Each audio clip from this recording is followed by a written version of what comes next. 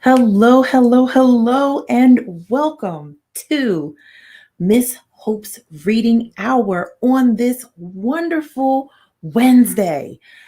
How are you all doing? Hopefully, you have had a great day.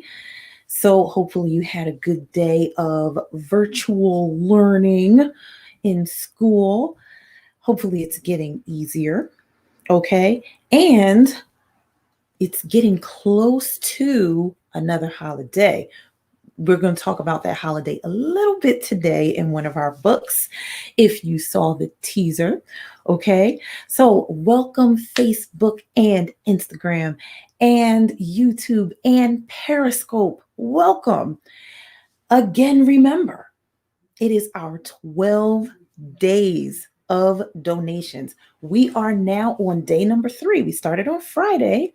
So we are on day number 3. We're counting the days by the days that we're on for Miss Hope's Reading Hour. So, of course, that's every Monday, Wednesday, and Friday at 6 p.m. So sorry for a little bit of tardiness. I was wondering why my phone kept going off. I was like, why is it going off like that? And then I looked and I was like, oh, it's 6 o'clock. So I was like, let me get on. I can't believe I don't realize it's 6 o'clock. But we are here together, and I'm glad to be here with you. So we are in our 12 days of, oh, I forgot to put the other picture up there. Oh man, I forgot to put the other picture up there. So let me change this picture really fast because we have to change the picture for our organization today. We have to change that. And voila, right there in the corner, we have changed the organization for today.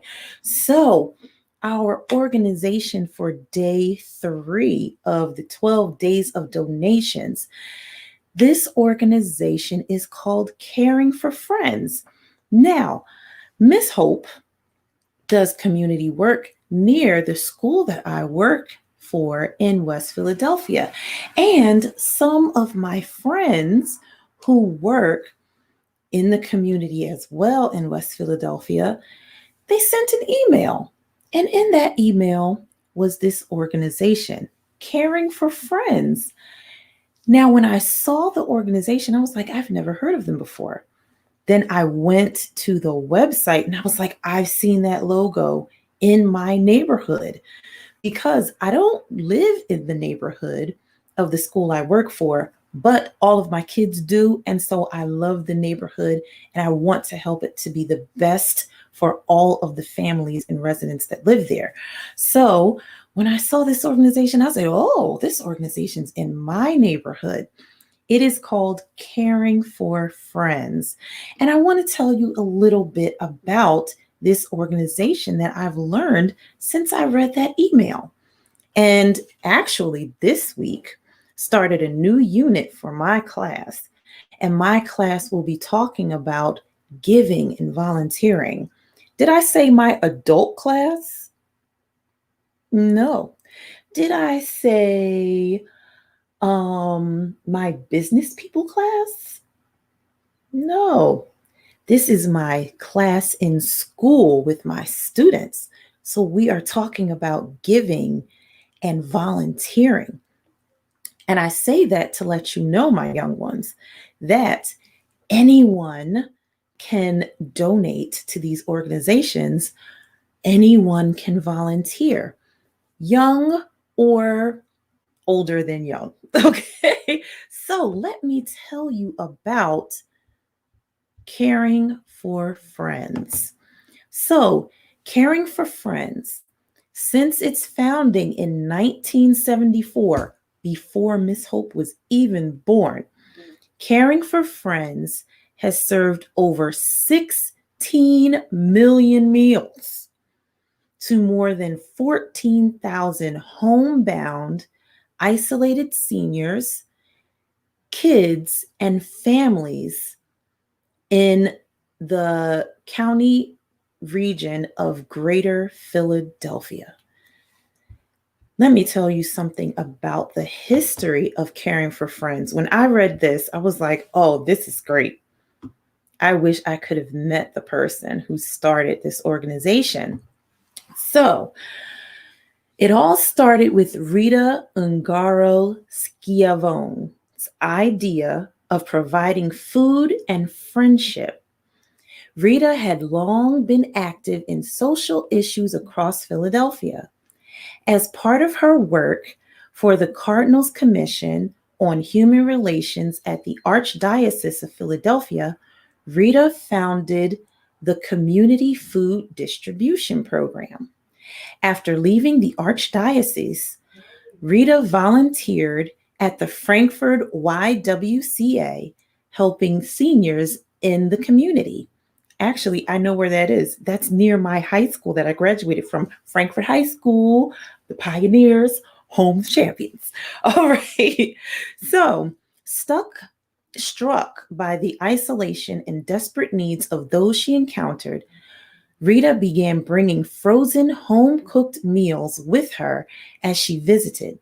Struggling with loneliness, despair, and physical suffering, many of those that Rita met with had serious health issues that were exacerbated, meaning made worse, by emotional distress, lack of human interaction, and an inadequate diet, meaning they didn't have a healthy diet and enough healthy food to eat.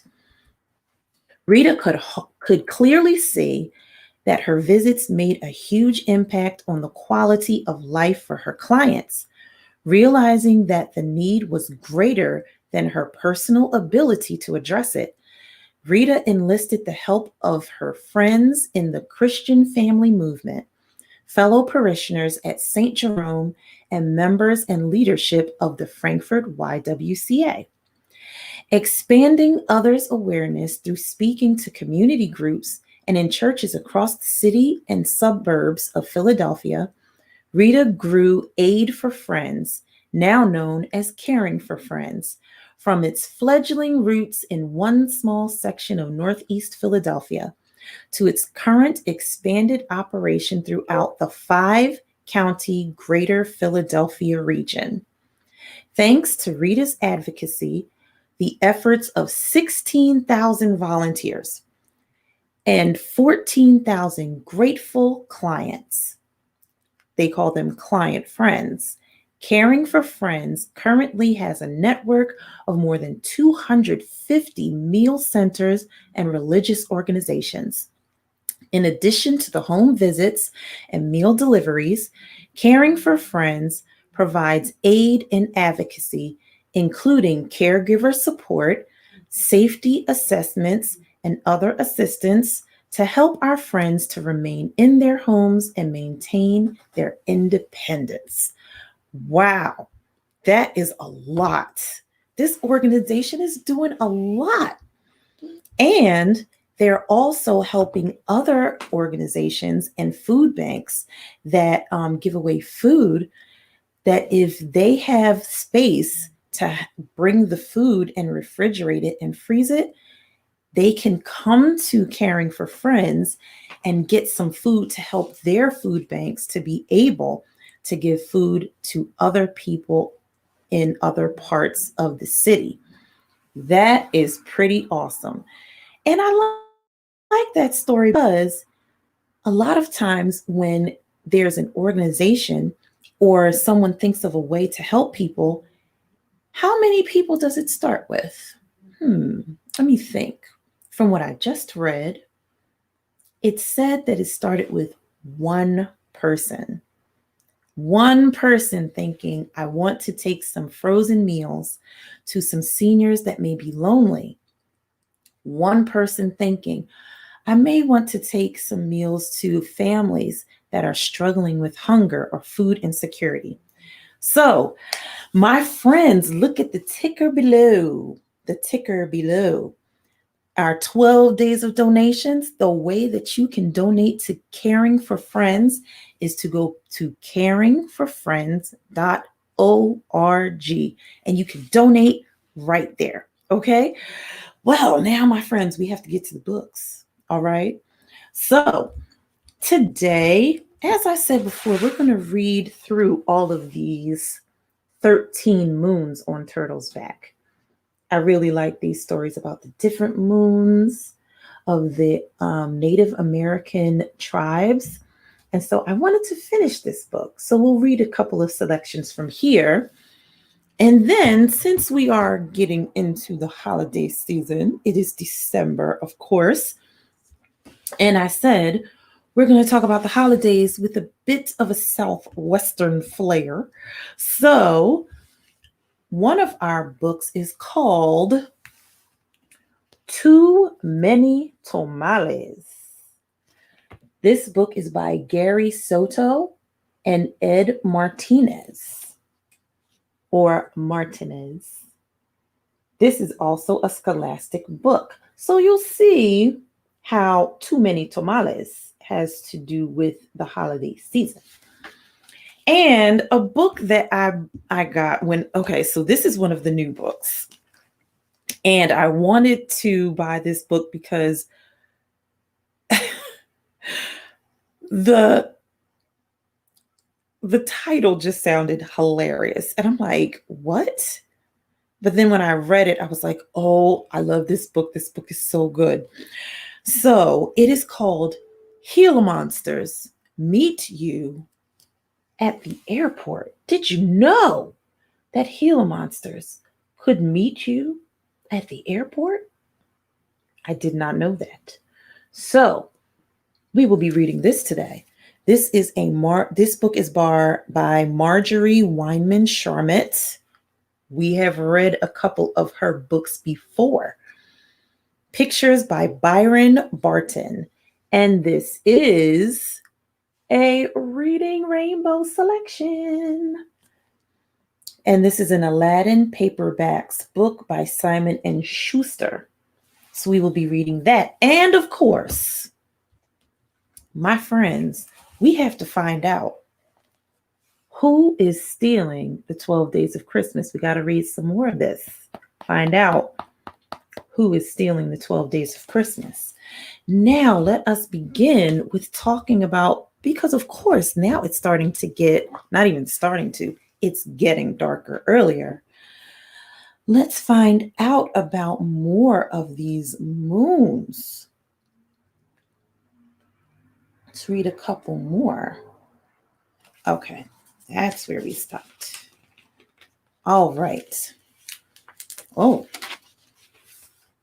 this is the 9th moon. Moose Calling Moon. In this season, when leaves begin to turn color, we go down to the lakes and with birch bark horns make the sound which echoes through the spruce trees, the call of a moose looking for a mate.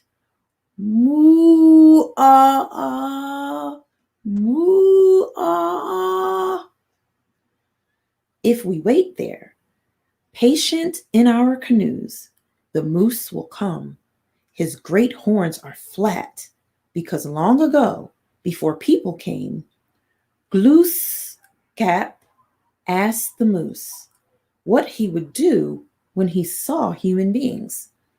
I will throw them up high on my sharp horns, Moose said. So Glooskap pushed his horns flatter and made him smaller. Now, Moose, he said, you will not want to harm my people. So the moose comes and stands, strong as the northeast wind. He looks at us, then we watch him disappear back into the willows again. This is the 9th moon of the Micmac people.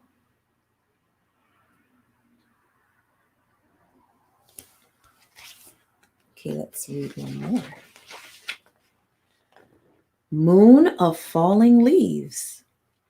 Long ago, trees were told they must stay awake 7 days and nights, but only the cedar, The pine and the spruce stayed awake until that seventh night.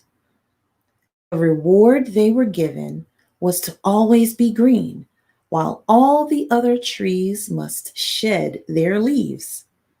So each autumn, the leaves of the sleeping trees fall. They cover the floor of our woodlands with colors as bright as the flowers that come with the spring. The leaves return the strength. The leaves return the strength of one more year's growth to the earth. This journey the leaves are taking is part of that great circle which holds us all close to the earth. This is the 10th moon of the Cherokee people.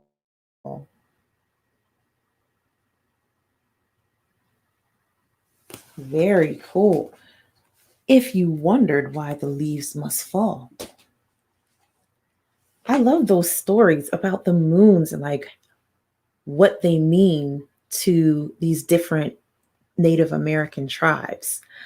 All right, now let us get to our stories.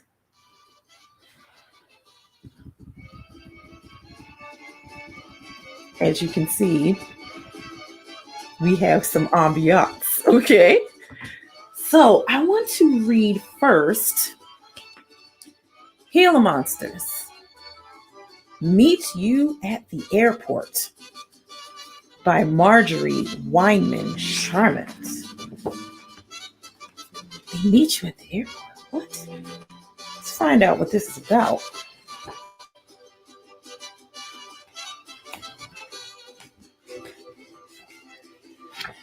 I live at 165 East 95th Street, New York City, and I'm going to stay here forever. Is that right, sir?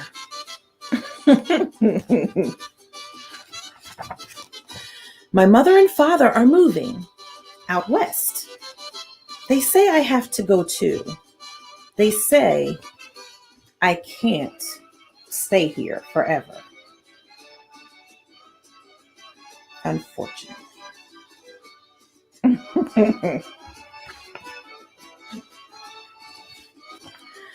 Out west, nobody plays baseball because they're too busy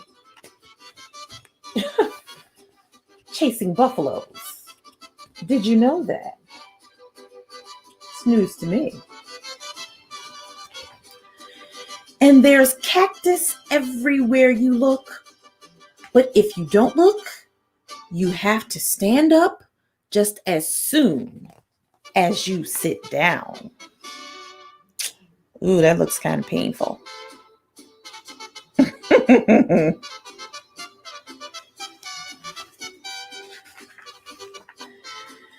Out west, it takes 15 minutes to say hello, like this. Howdy, partner.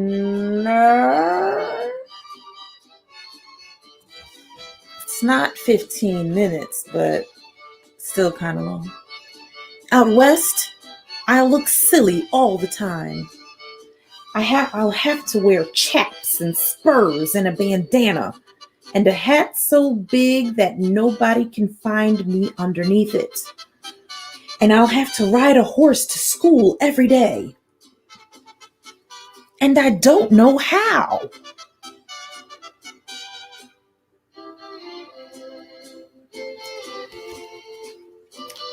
That is a pretty big hat.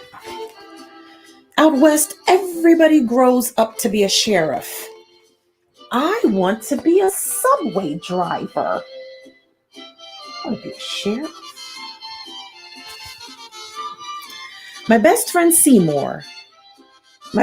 is Seymour, and we like to eat salami sandwiches together. Out west, I probably won't have any friends, but if I do, they'll be named Tex or Slim, and we'll eat chili and beans for breakfast and lunch and dinner while I miss Seymour and salami.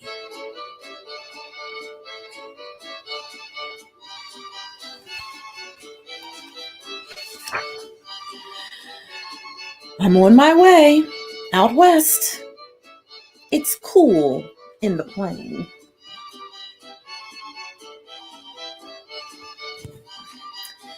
The desert is so hot you can collapse, and then the buzzards circle overhead, and no one rescues you because it's real life and not the movies. There are clouds out the window. No buzzards yet.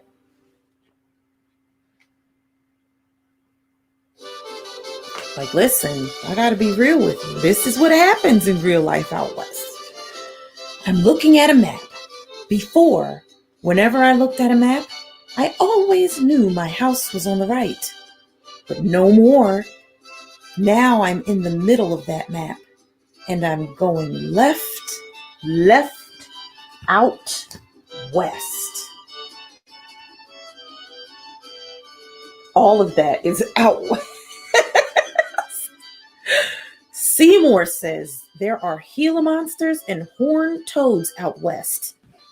And I read it in a book, so I know it is so.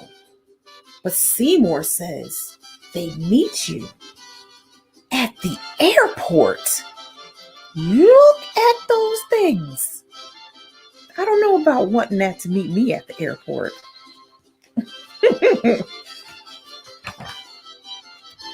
We're here, out west. I don't know what a Gila monster or a horned toad looks like, but I don't think I see any at the airport.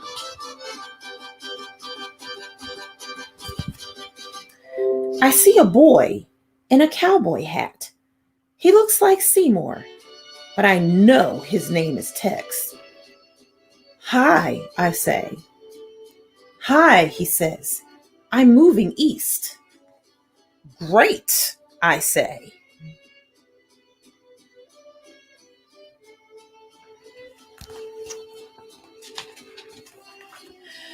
Great, he says. What's so great about it? Don't you know that the streets are full of gangsters? They all wear flowers in their lapels so they look honest, but they zoom around in big cars with screeching brakes. You have to jump out of their way. Did you know, those of us who live in the East, that that's what happens? In the East, it snows and blows all the time, except for 5 minutes when it's spring and summer. Okay, so in Philadelphia, we felt like that a few times. Okay. We have. And you have to live on the 50th floor. Airplanes fly through your bedroom, and you've got to duck fast. Did you know? They ran out of extra space in the East a long time ago. It's so crowded, people sit on top of each other when they ride to work. Okay, it's not that bad, but sometimes it seems that bad. Sometimes. And alligators live in the sewers. I read it in a book. So I know it is so. Then the mother and father of the boy who looks like Seymour but isn't grab his hand, and he goes off. Sometimes the alligators get out, he yells to me, and they wait for you at the airport.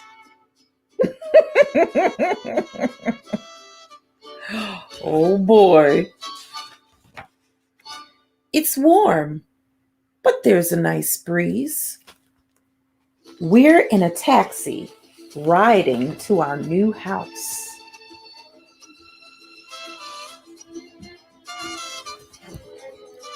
No horses yet. I don't see any buffalo stampedes either.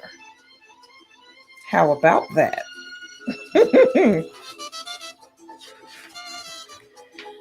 I see a restaurant just like the one in my old neighborhood. Hmm. I see some kids playing baseball.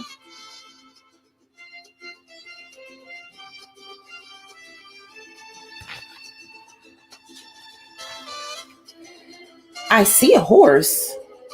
Hey, that's a great looking horse. I'm going to ask my mother and father for one like it. Oh, so you want a horse? Here's our house. Some kids are riding their bikes in front of it. I hope one of them is named Slim.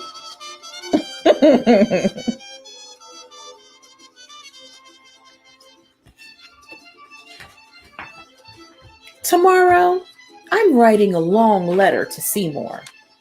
I'll tell him I'm sending it by Pony Express. Seymour will believe me. Back east, they don't know much about us Westerners. The end. How about that? So you were afraid to move out west. I think sometimes people have kind of that fear of not knowing what a new place is like. So then people tell you stories, and those stories may not necessarily be accurate. So you have to learn what it's really like when you get there. And that makes me think of our organization that we are donating to today and Thursday on Thankful Thursday and Friday before we get to our Fabulous Friday broadcast, Caring for Friends. Because, see, I'm sorry, I just forgot his name. That's a shame. So, our friend here, they never said his name. That's true.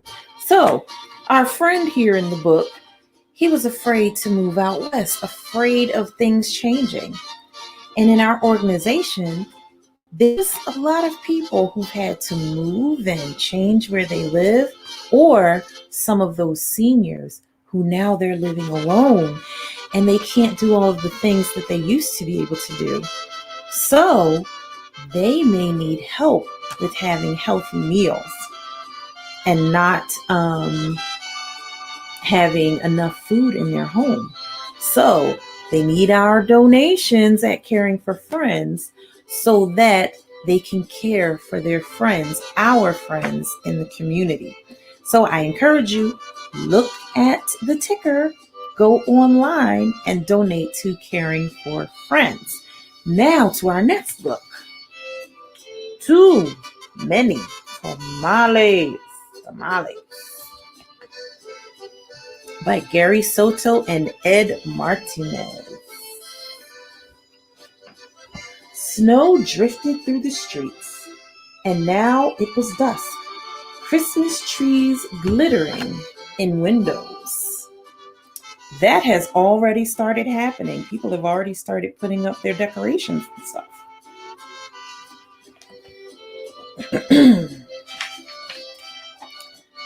Maria moved her nose off the glass and came back to the counter. She was acting grown up now, helping her mother make tamales. Their hands were sticky with masa. That's very good, her mother said. Maria happily kneaded the masa. She felt grown up wearing her mother's apron. Her mother had even let her wear lipstick and perfume. If only I could wear Mama's ring, she thought to herself.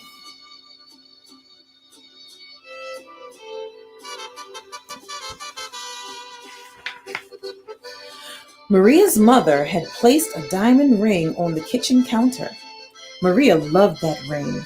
She loved how it sparkled like their Christmas tree lights.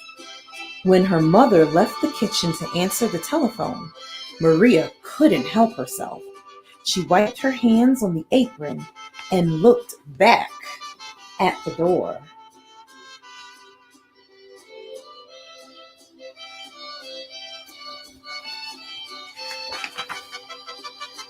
"I'll wear the ring just for a minute," she said to herself.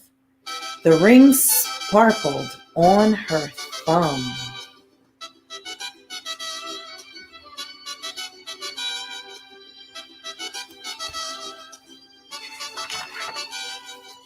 Maria returned to kneading the masa, her hands pumping up and down. On her thumb, the ring disappeared, then reappeared in the sticky glob of dough. Her mother returned and took the bowl from her. "Go get your father for this part," she said. Then the three of them began to spread the masa onto corn husks. Maria's father helped her by plopping a spoonful of meat in the center and folding the husk. Then he placed them in a large pot on the stove. They made 24 tamales as the windows grew white with delicious smelling curls of steam. Now I'm getting hungry because I actually really like tamales. So, I'm hungry. A few hours later, the family came over with armfuls of bright presents. Her grandparents, her uncle and aunt, and her cousins Dolores, Teresa, and Danny. Maria kissed everyone hello. Then she grabbed Dolores by the arm and took her upstairs to play, and with the other cousins tagging along after them.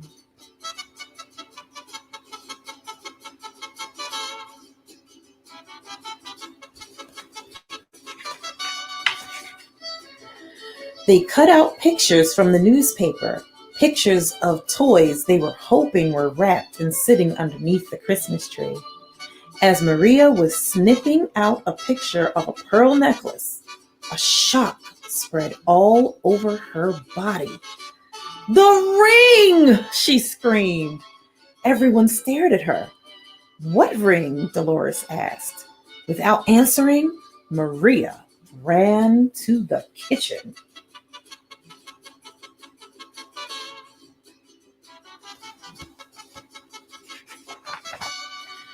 The steaming tamales lay piled on a platter. The ring inside of one of those tamales, she thought to herself. It must have come off when I was kneading the masa. Dolores, Teresa, and Danny skidded into the kitchen behind her. "Help me," Maria cried. They looked at each other. Danny piped up first. "What do you want us to do?" "Eat them," she said. "If you bite something hard, tell me." Oh boy.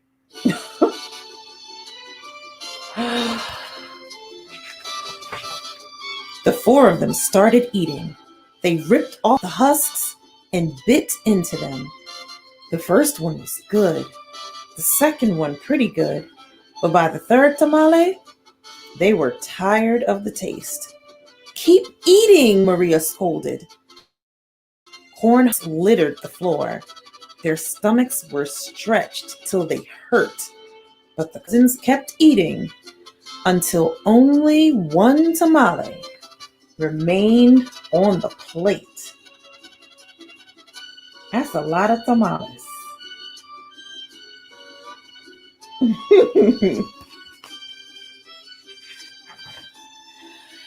"This must be it," she said. "The ring must be in that one. We'll each take a bite. You first, Danny." Danny was the youngest, so he didn't argue. He took one bite. Nothing. Dolores took a bite. Nothing. Teresa took a bite. Still nothing. It was Maria's turn. She took a deep breath and slowly, gently into the last mouthful of tamale.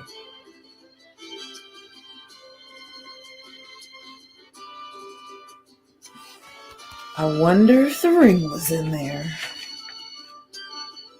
Nothing! Didn't any of you bite something hard? Maria asked. Danny frowned. I think I swallowed something hard, he said. Swallowed it, Maria cried, her eyes big with worry. She looked inside his mouth. Teresa said, I didn't bite into anything hard, but I think I'm sick. She held her stomach with both hands. Maria didn't dare look into Teresa's mouth. She wanted to throw herself onto the floor and cry. The ring was now in her cousin's throat, or worse, his belly. How in the world could she tell her mother? But I have to, she thought.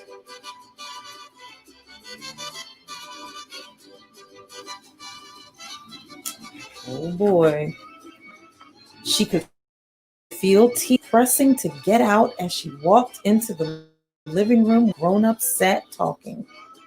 They chatted so loudly that Maria didn't know how to interrupt. Finally, she tugged on her mother's sleeve.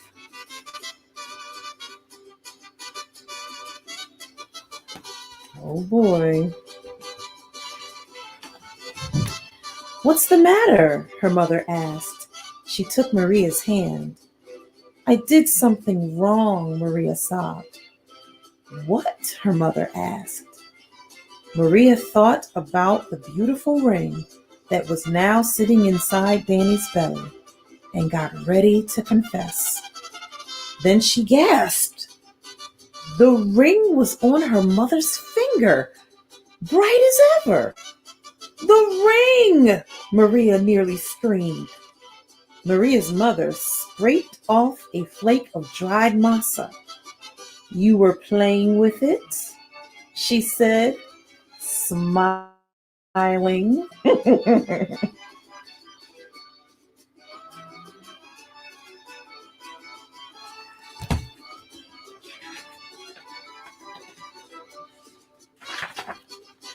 I wanted to wear it, Maria said, looking down at the rug.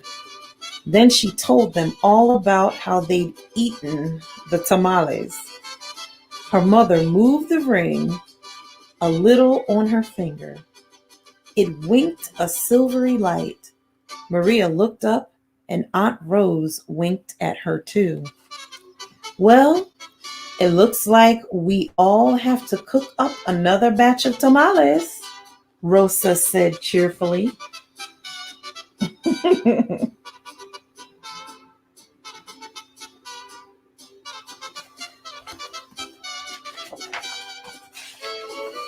Maria held her full stomach as everyone filed into the kitchen, joking and laughing. At first, still she felt like crying as she kneaded a great bowl of masa next to Aunt Rosa. As she pumped her hands up and down, a leftover tear fell from her eyelash into the bowl, and for just a second rested on her finger, sparkling like a jewel. Then Rosa nudged her with her elbow and said, Hey, Nina, it's not so bad. Everyone knows that the second batch of tamales always tastes better than the first, right? When Dolores, Teresa, and Danny heard that from the other side of the room, they let off a groan the size of 24 tamales. They had enough of them already.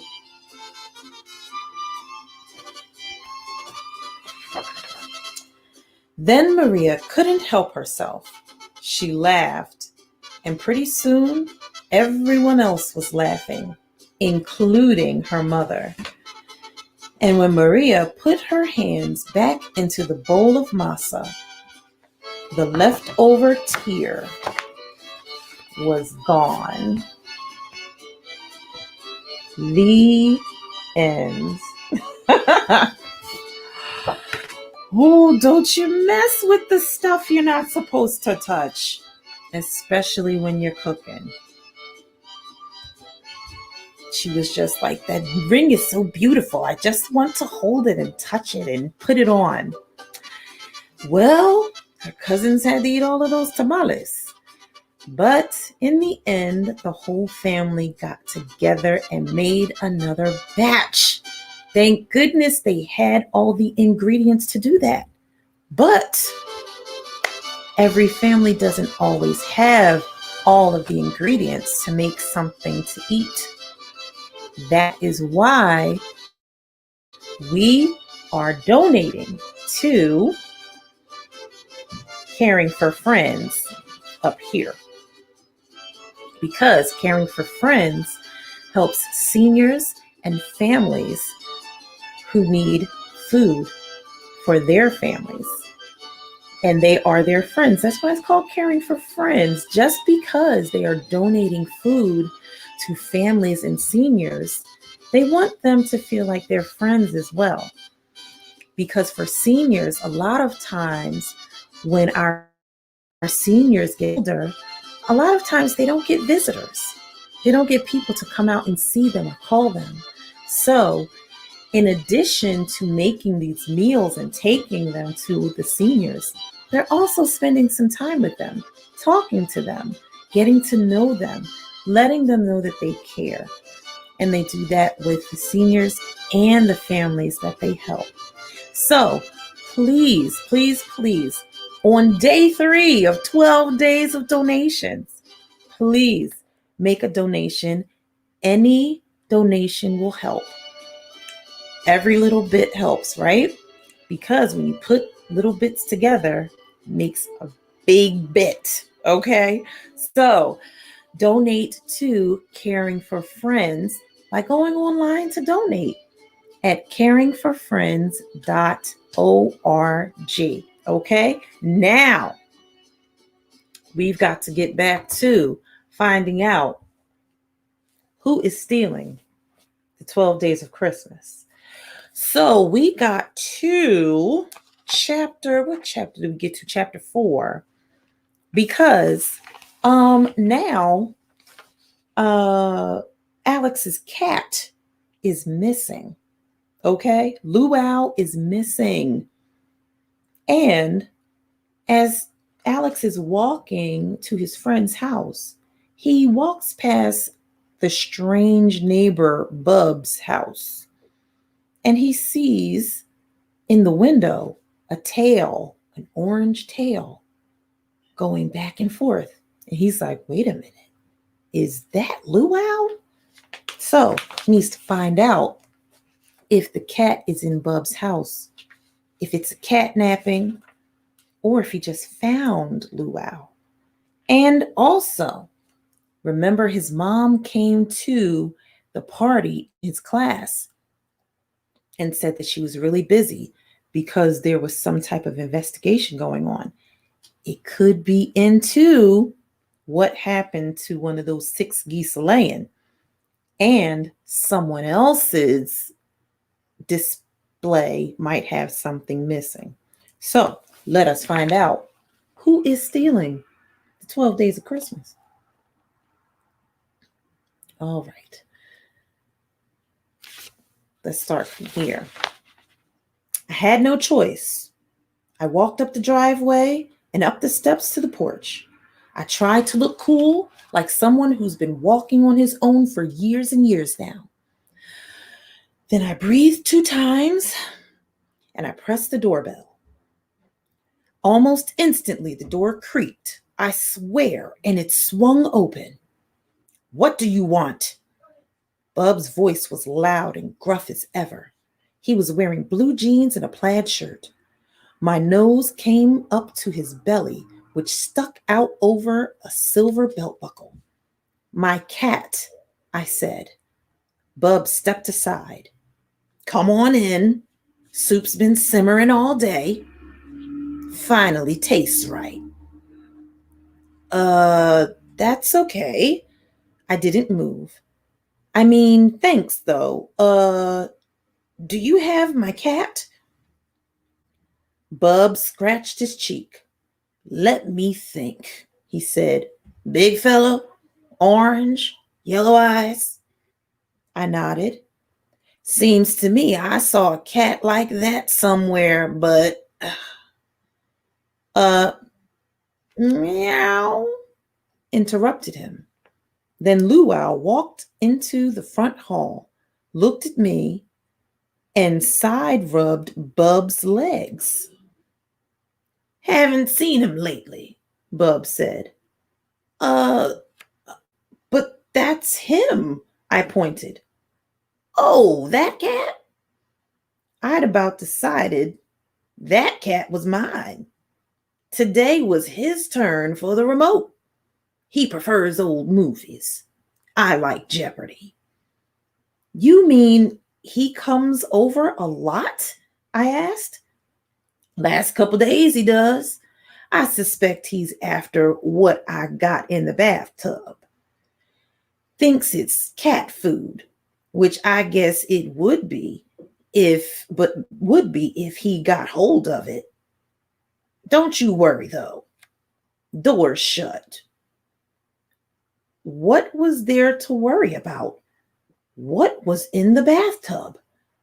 I was working up my courage to ask when Luau meowed again. Then he climbed his front claws up my leg and butted my knee with his nose. His tail was swishing. He's trying to tell you something, Bub said. Yeah, I said. But what?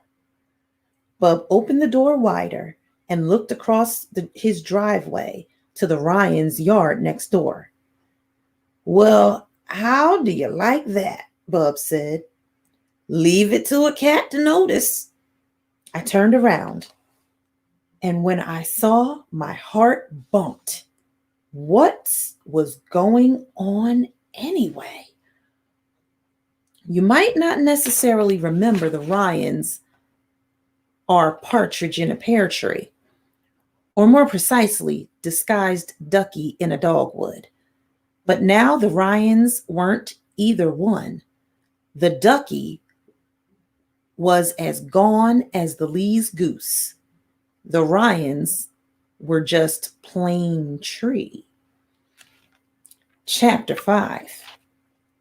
When I picked up Luau, Bub laughed. I'm not sure which of you is bigger, he said. Thanks a lot, I thought.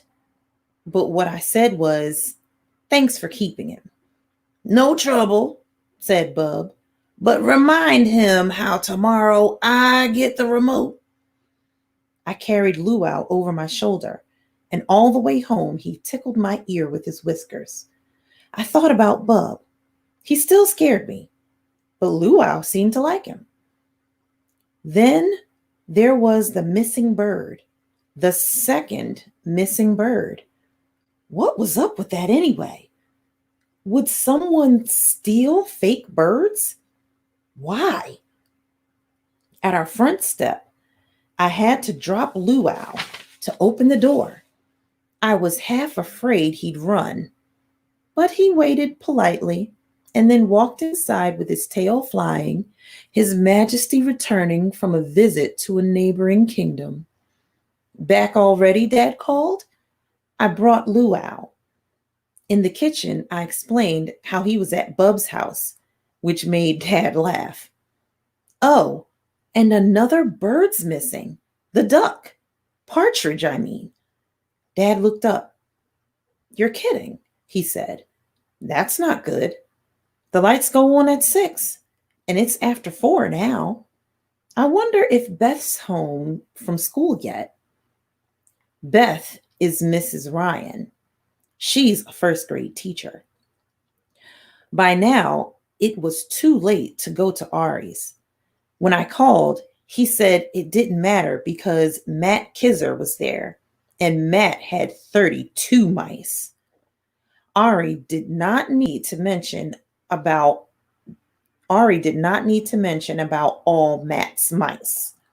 Everyone in town knows about all Matt's mice.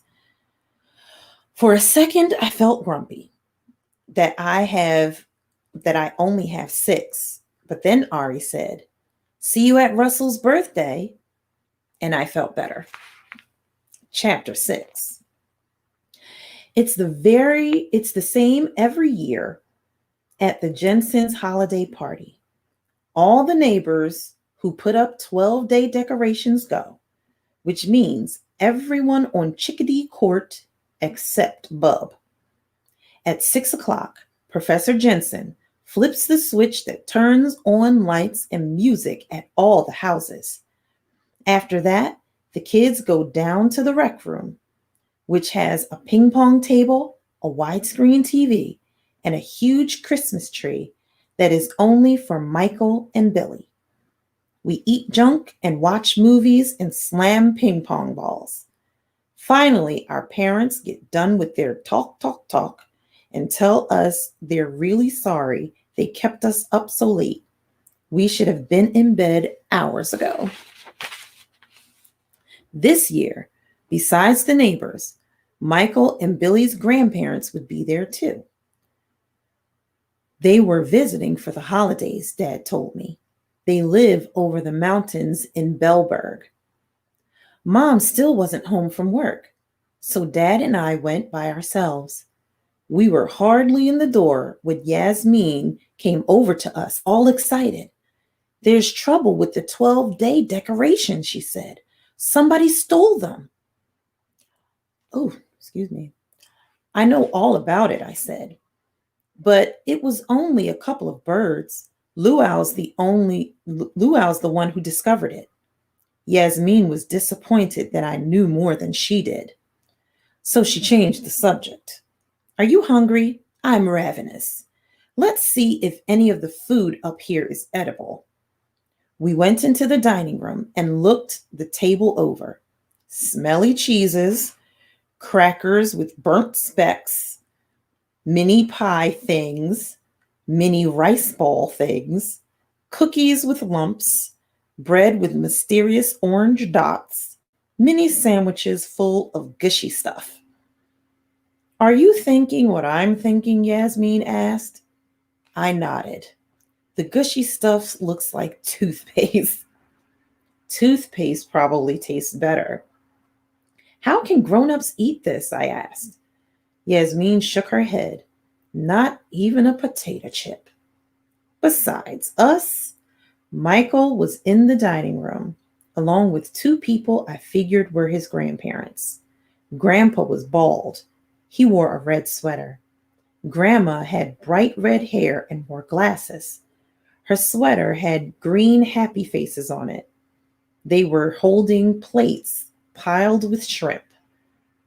Grandma sure seemed to like shrimp, which to me looked precisely like naked bugs when you think of it like that. Between bites, she did the usual grandma thing, squeezed Michael and cooed at him. Michael rolled his eyes the way any kid would, but I could tell he was trying to be patient. "Such a lucky boy," she said. "I can't believe all the advantages you have. Big house, fancy food." She waved the plate. "We couldn't give your dad all of this, you know. Not on what we had in those days. The lock shop never made us a dime." "I know, Gran," Michael said. "Leave the boy alone, Jerry." Michael's grandpa nodded at us. "His friends are here." Grandpa ignored him. "Only thing I wish is that your parents would lighten up on this gun business. Your dad grew up hunting. It's since he met your mom that he's gone all peaceful." "There didn't used to be anything peaceful, Jerry," Grandpa interrupted. Grandma sighed. "Can't an old woman express her opinion?" Not You're not old, Gran, Michael said. Bless you, honey. She gave him another squeeze. Then she looked over at Yasmin and me. Now, who are these youngsters, Michael? Friends of yours? Michael introduced us. She asked about school the way grown-ups always do. After that, it seemed like either Yasmin or I should ask her something. I couldn't think of anything except maybe how she made her hair that color, but Yasmin gets more practice talking grown-ups. Her parents make her go to the Baptist church every Sunday, and she has to stay for donuts after service too. I went with her once, and all you do is talk to grown-ups. Scary. Was that you I saw jogging, Miss Jensen? Yasmin asked, just like she was a grown-up herself. Michael's grandma grinned. That was me, all right, she said. I never had any luck with money, but I sure as heck kept my body trim. Sometimes it's hard to find the time with this new business of ours, but I do try. By now, the time was after 6, and it looked as if the kids would be stuck upstairs with the grown-ups for a while. It was a risky situation. Lots of wild, hungry kids mixed with lots of boring grown-ups in a fancy house full of breakable decorations. But there was something lucky. Sophie Sikora had pulled one of her world-famous temper tantrums, so her parents had kept her home. If Sophie had been here all this time, the Jensen's house would look like a bulldozer had come to visit. She was that kind of kid. Yasmin and I went out to the living room and snagged seats on the sofa next to her little brother Jeremiah. For a while, we sat and watched people talking. All right, so we will end there. Why hasn't the lighting started yet? We know that the 2 birds are missing, but is something else missing? Alex's mom had not made it home yet, so him and his dad had to go to the party by themselves. What is it that his mother is working on, and is it these missing decorations? We got to find out on Fabulous Friday. Now, my friends, we are at the end of Miss Hope's Reading Hour on this wonderful Wednesday. It always goes just like that. Now, my friends, all of you who are watching during our 12 days of donations, please do make your way over to Caring for Friends at caringforfriends.org and make a donation. Also, can you please share this broadcast? I'd appreciate if you'd share it so that other people that you know can donate to this great organization. And if you didn't hear in the beginning about the organization, you can go back and look at this video and hear about the great things and the great start that made this organization the great organization that it is to help seniors, kids, and families that are dealing with hunger and food insecurity. Please make your way over to Caring for Friends and make a donation. Every little bit helps. Of course, Miss Hope will be making the donation. I'm not going to ask you to do something that I'm not going to do. Okay? So I need for you all, young and older young people, to make a donation to this great organization that helps people in Philadelphia and counties surrounding Philadelphia. Okay? And Fabulous Friday, there will be a 4th organization for our day number 4 of 12 days of donations.